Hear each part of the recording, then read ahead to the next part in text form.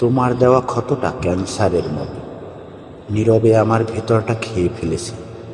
প্রতিদিন একটু একটু করে হারিয়ে যাচ্ছি, তবুও কেউ আমার মৃত্যুর শব্দ শুনছে না।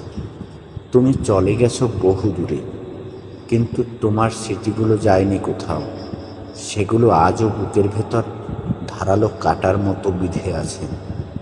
রাতের নীরবতায় যখন সবাই ঘুমিয়ে পড়ে, তখন আমার কষ্টগুলো জেগে ওঠে, তোমার নাম ধরে ডাকে, আর আমি অসহায়ের মতো শুনে যাই। তুমি জানো না, তোমার অবহেলার প্রতিটি মুহূর্ত আমার হৃদয়ে এক একটা গভীর ক্ষত এঁকেছে, যার দাগ কোনো সময় কোনো মানুষ কখনো মুছে দিতে পারবে না। আজও আমি বেঁচে আছি ঠিকই, কিন্তু সেই আগের মানুষটা আর নেই। তোমার দেওয়া ব্যথার আগুনে সে অনেক আগেই পুড়ে ছাই হয়ে গেছে।